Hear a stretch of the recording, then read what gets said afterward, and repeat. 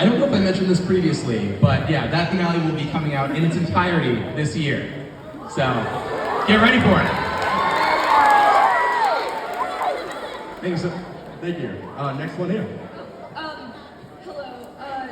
I know that you guys must view your characters as like your children with how closely and like creatively you've been influenced with, I don't know, making them. But do you think any of your characters are actually children, or do you view them as all adults?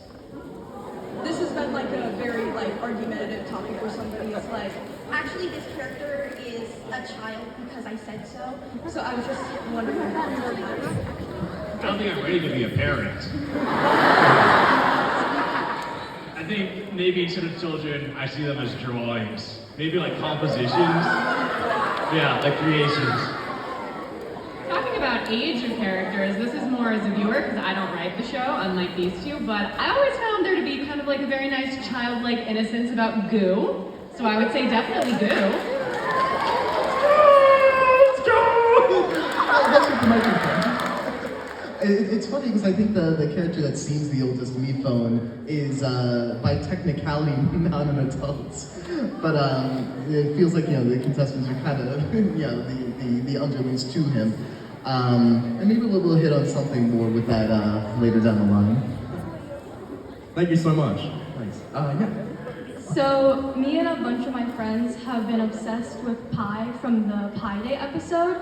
Will Pi or 3.14 ever have any more appearances on Gen and Jen?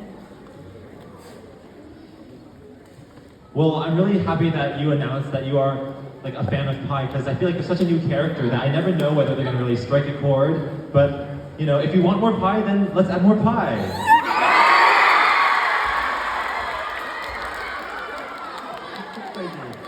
Yeah, next one up there.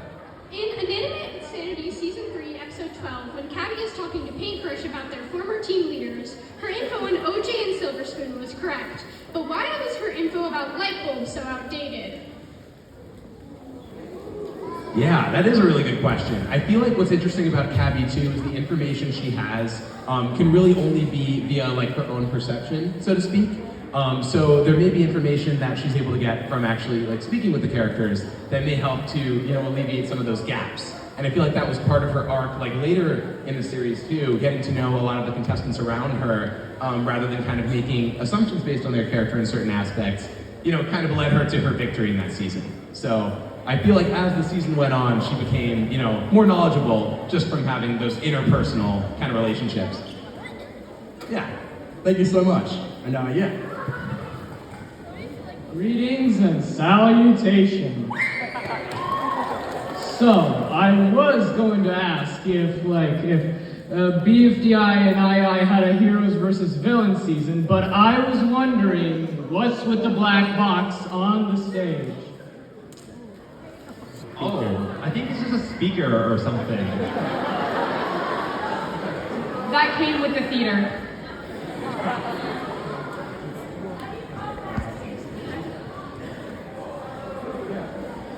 Well, this black box isn't anything special, but I do think there is something on the stage that might be special. Leo. Yeah, what do we think is in this sweater? I have no idea. What could it be? I feel like it could be like something spherical, something.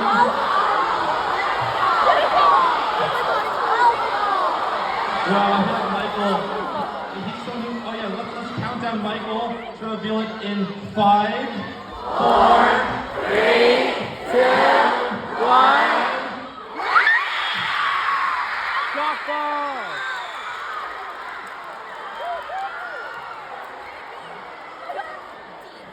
Oh my gosh, I think I learned something new today.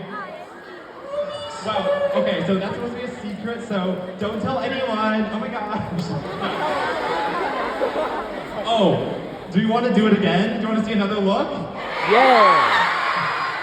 Okay, here we go again. 5, 4, 3, 2, 1. Stop!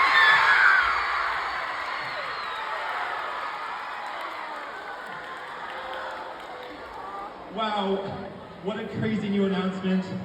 Well, you guys are quite lucky because you might be the first people in the world to see that. But yeah. I guess to circle back, to answer your question, there was nothing interesting about that black box. Thank you. Announcer. Yes, announcer. Can you have 4 say X? We have to cook. I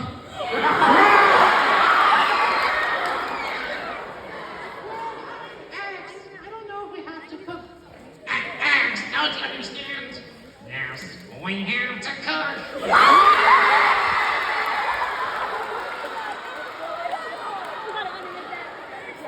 Okay, fine, we'll go cook.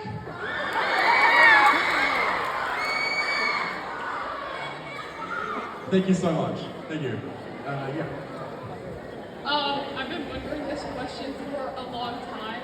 Do any of the characters have like birth parents by chance? And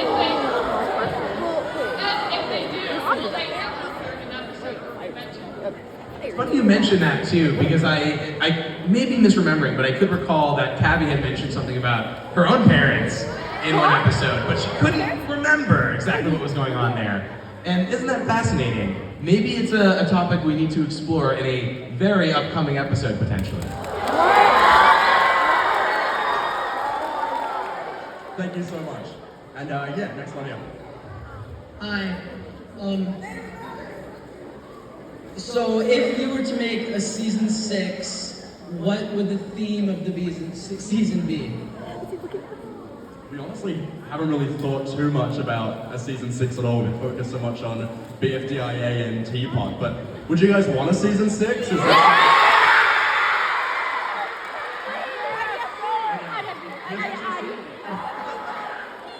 Okay, yeah, we don't really have much to say about it at all, so we haven't thought about it. But yeah, thank you so much. Let's hope. Yeah, next one, yeah. In BFDI, what inspired you to make the algebraians like X, 2, and 4? Oh, well, I would say that 4 and X actually predate BFDI because I first created an animation in 2008 called X Finds Out His Value, which I did for my pre-algebra class. So that was like before we even had the idea of an object show. Yeah, just teaching algebra to my classmates. Thank you so much. Next question, right here. Can you give us a hint to when the BFDIA and Teapot rejoins will be?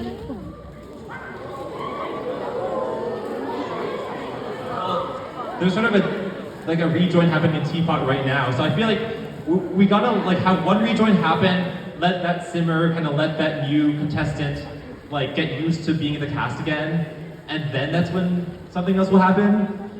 But like you can't have 2 rejoins too close to each other, or else the new one kind of snubs the first one's fire a little bit. Yeah, I think just stay tuned. Yeah, thank you so much. Yeah. Hello. My question is, I think it was post-split BFD. Donut was in space reading Luther's diary, and he was about to find out what the announcer box actually was, but then he got cut off. I want to know what the announcer box is. Alright, I need to ask about the answer. Yeah. Answer is, I made it up.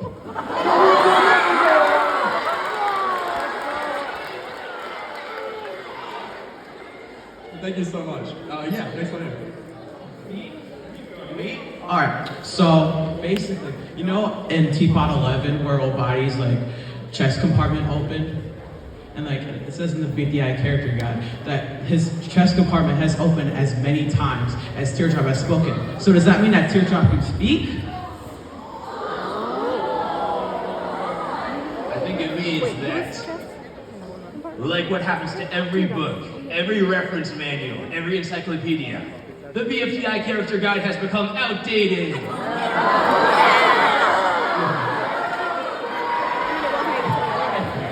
That's how physical books work. Yeah, thank you so much. Yeah, next one there. Okay. I don't feel like doxing myself publicly, so I'll just say my name's narrator. I've been in the OSC for a very long time, like maybe I joined when I was 2.5 years old, and BFDI 1 was what got me to start speaking, and I haven't stopped since. So, I would like to say, as a longtime fan, thank you for everything you've done for the community. And I was just wondering, do you have any advice for any people that may be wanting to start their own thing or try something new or anything like that, you know, get inspired within the community? Yeah, I always think like just start now, you know? Like you'll always get better the more you do it. So if you just keep trying and trying, like you'll get better and better. So I think the best time to start is today. Yeah. Also, thank you for those like kind words. I mean, 2.5. I don't think I even have memories from that young. But I guess my advice would be, you know, find a friend group of people who can also motivate you, or you know, maybe join an animation club in school, because I think friends are the key to success. I would mention too that a lot of people who work on both shows didn't start out working on both shows. They were fans or they made their own show and things happened and now they work on BFDI or II or both. So even if you maybe haven't necessarily started something, look around and see what you like, because maybe there are other people who are looking for people who are interested like you. Thank you so much. Fantastic question. Thank you. And next one right here. Okay, so my name is Paul. I have a little bit of stage fright, so I'm gonna let Tennis Ball talk. I just gotta get the voice right. So, when will there be any spin-off seasons or like any character from any object show will be in like a spin-off season? Also, what are you guys' favorite characters?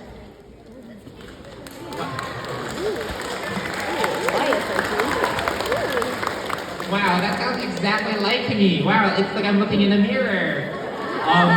But I think as an answer for that, like I feel like the subscriber specials are sort of our way of having a spin-off where we can feature characters that don't normally show up. Like the numbers, like the Algebraians, we did not expect to get so popular.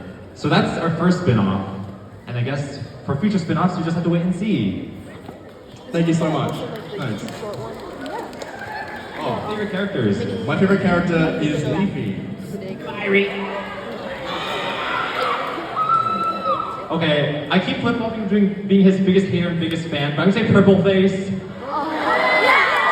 Let us go! Thank you so much. Next question here. So, will we ever get to see Leafy and Firey's adventure to Dream Island? Do you mean like in Teapot? Well, we saw them go to an island in Teapot 8. We'll definitely see more of that. Yeah.